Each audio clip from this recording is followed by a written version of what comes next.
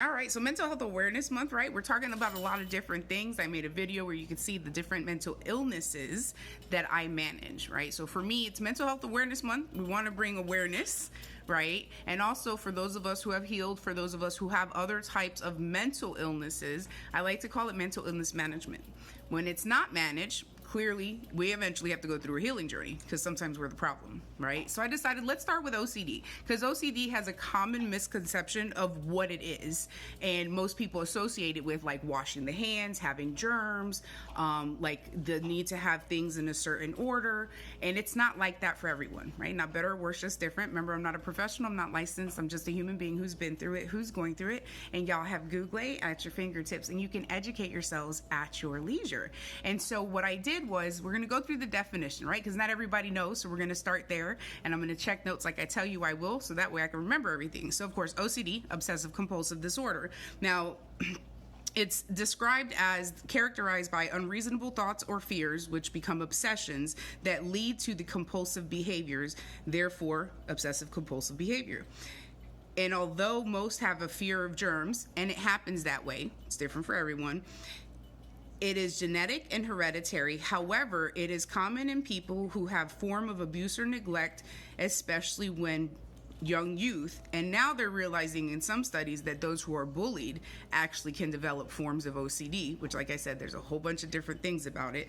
Not only that, and there's something that I had learned about it, was it's actually in the top 10 of disabling disorders. I should know because I'm disabled, but I didn't know that. I had no idea. We always learn about ourselves because I only know about the OCD that I deal with, right?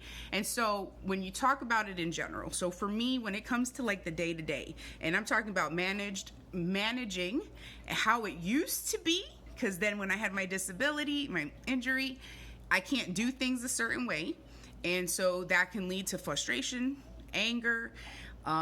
People who have OCD can usually go into what's considered like an anger attack.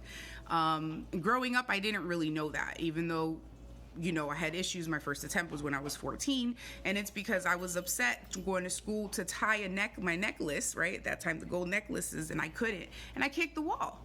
Well, then my mom said, you know, your wrist or your throat before you put another hole in my wall. And so instead of getting me help, understanding that now, seeing it, I recognize that that's how it was. And that's why my go-to when it comes to fight, flight, freeze, or fawn, I'm fight. Like I am fight. It's a common thing. And so especially for those of us who are survivors and all of that stuff. Now, when it comes to obsessive compulsive disorder, for me, the comorbidities that come with it is agoraphobia. People also can have claustrophobia. So, you know, when you get in an elevator and you're like, I can't go in there, you know, I'm claustrophobic. Those are forms of OCD. Doesn't mean that you have a diagnosis. It just is what it is. For me, the agoraphobia is very bad, which also leads to panic and anxiety disorder. And those all circle back to the other bipolars, and we're going to get through all of those this month. So on the day-to-day, for me, the way OCD looks is, yes, I do need things to be in a certain order. And because I'm disabled and I have an HHA, that's the whole thing. However, she's learning how to do it. That's how they, you know, I don't have it the way I would want it. But because I'm not in there doing stuff as much, like the pantry or the laundry room, I'm like, you could just put it however you want because I'm not in there. But if I walk in there, there's going to be some stuff moving around because I like straight lines. I like to have it this way in the refrigerator. Everything has its place. If something's out of place, I can tell, even if it's a decoration. I'm a counter. I love math. I love numbers. So I'm one of those that's a counter. I do it with my fingers. Ever since I was little, I mean, we'd be driving on the highway and you see a billboard and I'd be counting the letters and figuring out how many can be paired before there's any left over. It's a whole thing. And sometimes, as now being older and having people around me, they could tell like I'm just counting. And that's part of it. And because of that also adds like the ADD. It all just turns into a whole gumbo. You know, I win the lotto with everything, y'all, right? So another thing is too, like when I do phone calls, I write everything down. I document everything. Who I spoke to, the time, what the number I called, all that stuff. And it's not because if you don't do it is bad. It's just that, hey, I just so happen to do it. And that's one of the benefits of OCD, because it does have a lot of benefits, especially in a working environment. I loved my career. That's why I was good at what I did, because I was always on the go. I was able to take care of stuff. I like things to be neat, right? You want everything to be stable. You want everything to be good for the meetings, make sure things go smoothly. And so those are the things that I would do prior to understanding that it was OCD, like as a diagnosis. And then when it came up with the other comorbidities, it started to make more sense, right? So what happens is that you have your baseline. Something else for my baseline is like the countertops.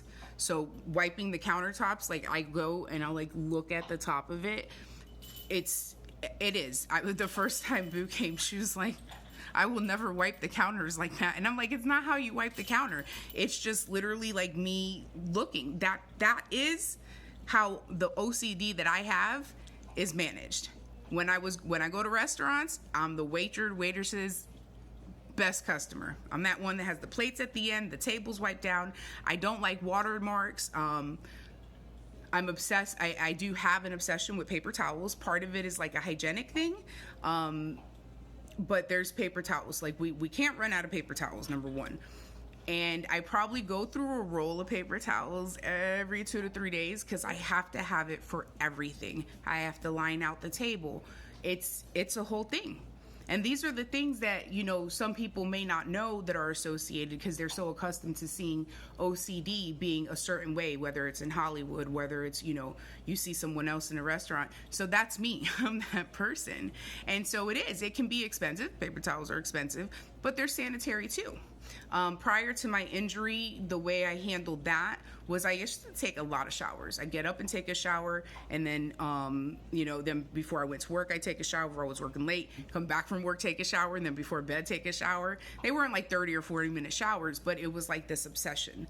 And for me, I would excuse it in the sense of, because I was always like a little bit heavier, and I felt like, you know, because of the abuse and everything from my mom, like I knew for sure I wanted to make sure that I smelled good and looked good, because she's in the medical field, so they knew stories about people who maybe they don't take care of their bodies and they're overweight, and I never wanted that to be me. So that's something that probably developed in time, learning through a healing journey that, maybe that got instilled that way. But obviously after the injury, things change. However, they make these things called wipes. And guess what? I will wipe myself down at least 2 to 3 times a day, even if there's a full shower. And yes, those also get expensive. So when it comes to having a heightened as what's considered like an attack, is pretty much when I go places, push myself to go, get out of the house, do what I gotta do.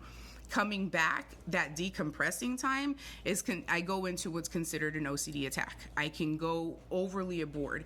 I can't do cleaning the way I used to, but whatever I can do, it's getting dusted, it's getting cleaned, and unfortunately, Boo takes the short end of the stick with that one, because then I'm like, this needs to be done. That needs to be done. And she's really good about it. So, you know, it doesn't mean I'm not working on it. It doesn't mean that it makes it okay. It's just one of those things that it takes time to work. And unfortunately, that's not a number one priority when you're going through healing and grief and loss, you know. So that's when those things are heightened. A little bit more paranoia, especially having a mother I walked away from, having an unhealthy marriage, a toxic marriage, abusive marriage, and you got both of them narcissistic. It can be overwhelming. What happens when that happens is you go into what's called an OCD meltdown. Meltdown is that anger fit. Essentially is whatever is not the way it's supposed to be, and you can't do anything about it, you go into an anger fit, which completely makes sense from my entire life and upbringing. And in some cases, some people can go into rage, maybe not remember what's happening. For me, I don't think it's ever really been that way. I more so dealt with the mental illness part of, unaliving. But I'm hoping that this can help people out there who are listening, because I know I'm not the only one. Of course, you can ask me any questions that you want, and we'll be talking about one of the other ones tomorrow. Remember, you're not alone. We're in it together, and I love you.